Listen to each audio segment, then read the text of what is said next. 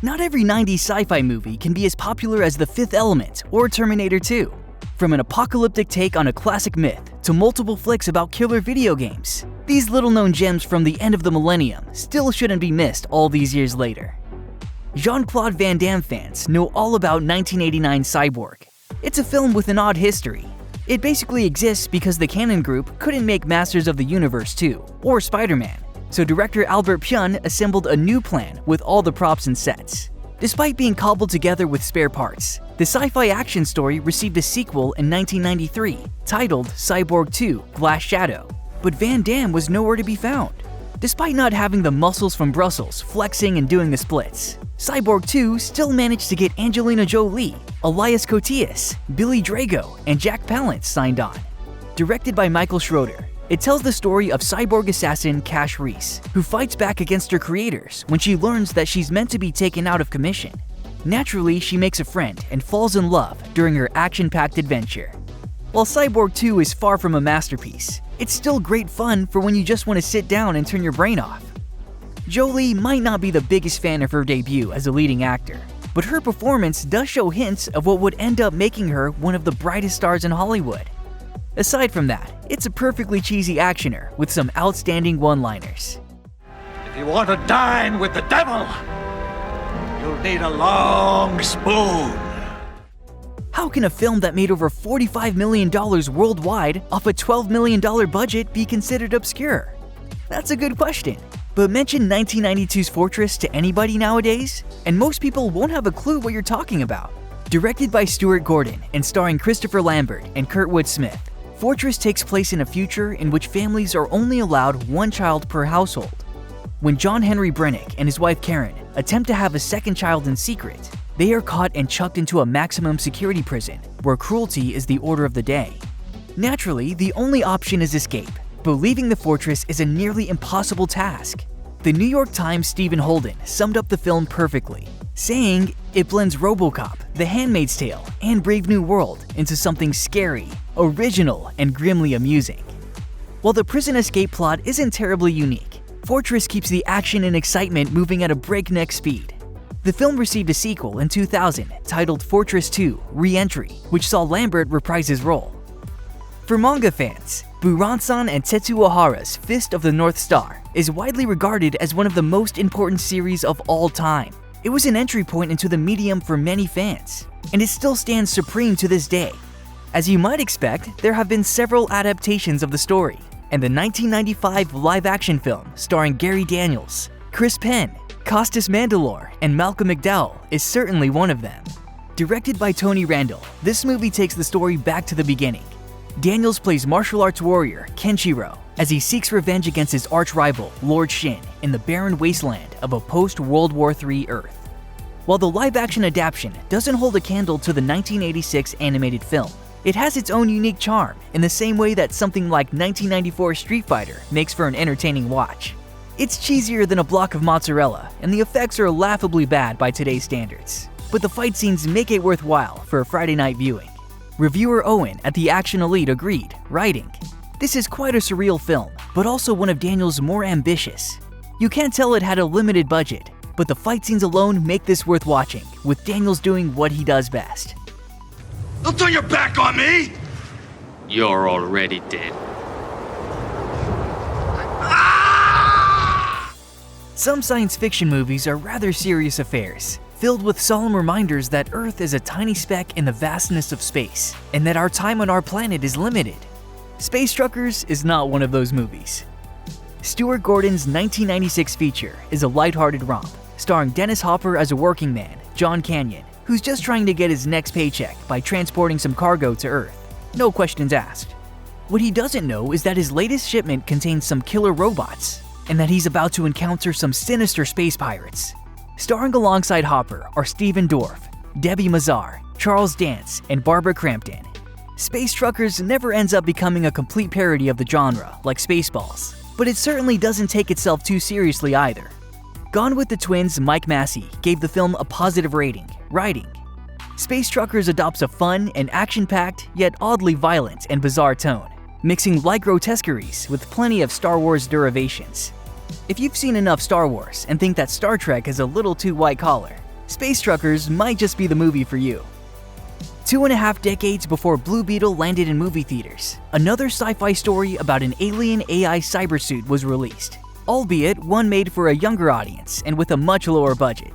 Writer and director Manny Koto's Star Kid follows school kid Spencer Griffith, whose whole life changes after he puts on a mysterious costume from outer space in a local junkyard. It's not long before he starts getting into all sorts of mishaps, but he's forced to shape up quickly once an evil alien shows up in search of the device. Why does everyone want to beat me up? In the end, Spencer learns that he doesn't actually need the suit to be a hero. After all, the real power lies within.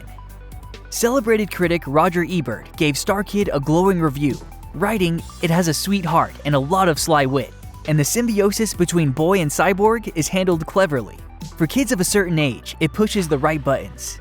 It may not be the best choice if you're looking for something gritty and violent, but Star Kid is a fun family film that's suitable for viewers of all ages. Up until his unforgettable vocal performance as the Joker in Batman the Animated Series, Mark Hamill struggled to be perceived as anyone other than Luke Skywalker. So in 1991, he took a shot at the live-action adaptation of Yoshiki Takaya's manga series, The Guyver. Directed by Screaming Mad George and Steve Wang, the sci-fi superhero flick stars Jack Armstrong as Sean Barker, a man who discovers an alien armor that bonds with him and turns him into a superpowered cyborg. Hamill appears in the film as the supporting character, CIA agent Max Reed, but he received top billing because of his star power. Even though The Guyver never received the fanfare of RoboCop or The Terminator, the movie earned love from the manga community, along with reviewers who appreciated what it achieved with a tiny budget of $3 million. Ed Travis of Synapse wrote, "One part Power Rangers, all parts awesome. The Guyver is weird, wild, and wonderful, featuring incredible creature designs and makeup effects, fantastic martial arts action, and an impossibly weird and indelible world on all what must have been a shoestring budget." The film received a 1994 sequel titled Guyver Dark Hero, but neither Hamill nor Armstrong returned for the movie. Nowadays, some of the most popular video games around are free to play, but back in the 90s, a free game was a much more enticing offer. That's how the characters of Albert Pyun's Arcade find themselves sucked into a virtual world created and ruled by a nefarious bad guy of the same name. After Alex Manning and her friends are given a new virtual reality game by a stranger to test out and play, things take a dark turn as they find themselves in a never-ending death trap that's more like Dark Souls than Mario Party. Arcade comes across as something of a Tron ripoff, and there was actually a legal situation because of the CGI similarities. Regardless though, it manages to capture the culture of the era in both its look and feel. With a script by David S. Goyer, who would go on to pen blockbuster films like The Dark Knight and Blade, Pyun maintains a delicate balance between the movie's sci-fi and horror elements. If you're in the mood for pure B-movie vibes and plenty of 90s fashion, you really can't go wrong with Arcade. I am the future. I am Arcade. The epic poem Beowulf is a staple of historical literature, and it's been adapted into multiple movies of the same name. The most famous of these is the 2007 CGI Beowulf film, which was directed by Robert Zemeckis from a screenplay written by Neil Gaiman and Roger Avery. But 8 years earlier, there was another. Directed by Graham Baker, 1999's Beowulf embraces both sci-fi and fantasy elements as it takes the story into a post-apocalyptic world. In this version, Christopher Lambert plays Beowulf as he fights the beast known as the Grendel, while also harboring plenty of his own secrets. Lambert is joined by the likes of Rona Mitra as Kyra and Oliver Cotton as Hrothgar. The 1999 adaptation may not have the pomp and circumstance of the 2007 retelling, nor does it bother with the intricacies of the classic story, but as a sci-fi fantasy movie, it makes for a fun viewing experience. The set design is impressive, the action never falters, and Lambert provides a committed performance with his modern take on one of the oldest characters around. Before Gamer and Choose or Die, Brainscan paved the way for video game-themed sci-fi horror in 1994. Directed by John Flynn from a script written by Andrew Kevin Walker, the film stars Edward Furlong as a teenager named Michael, who becomes obsessed with being a virtual murderer in the realistic video game, Brainscan. By the time he realizes that the crimes he's carrying out in-game are happening in real life, it's too late to stop. An evil entity from the game, known as Trickster, suddenly appears, and he won't allow Michael to put down the controller and stop playing the devilish game. Brainscan wasn't exactly warmly received upon arrival, with a critic score of 13% on Rotten Tomatoes. It's clear that professional reviewers weren't into it. The audience score of 60%, on the other hand, is proof that Brainscan is just silly enough to work for most people. Doesn't have to make sense. All these horror movies you watch, does death make sense? In an interview with Foco over a decade later, Flynn revealed that the role of the trickster, as portrayed by T. Ryder Smith, was his favorite in the film, and that he didn't have a great experience working with Furlong. As he put it, "The trickster was the core of the movie and what attracted me to the script. We found this stage actor to play the trickster, and he was extraordinary. Eddie Furlong was a 15-year-old kid who couldn't act. You had to slap him awake every morning." I don't want to get into knocking people, but I was not a big Eddie Furlong fan. David Bradley remains an unheralded hero of early 90s action cinema. While the typical B-grade canon film fare had slowly started to evaporate into the ether, Bradley kept the schlocky genre alive by starring in films that had the budget of a cheeseburger. He may be better known for turning up in the later American Ninja sequels, but Bradley helped kickstart another franchise in 1993, Cyborg Cop. Helmed by American Ninja director Sam Furstenberg, Cyborg Cop sees DEA agent Jack Ryan, no, not that Jack Ryan, receive a distress call from his brother Philip, who finds himself under threat on a Caribbean island. Jack heads off to find his brother, but he's too late. After he arrives, he discovers that Philip is now a dangerous cyborg that needs to be stopped.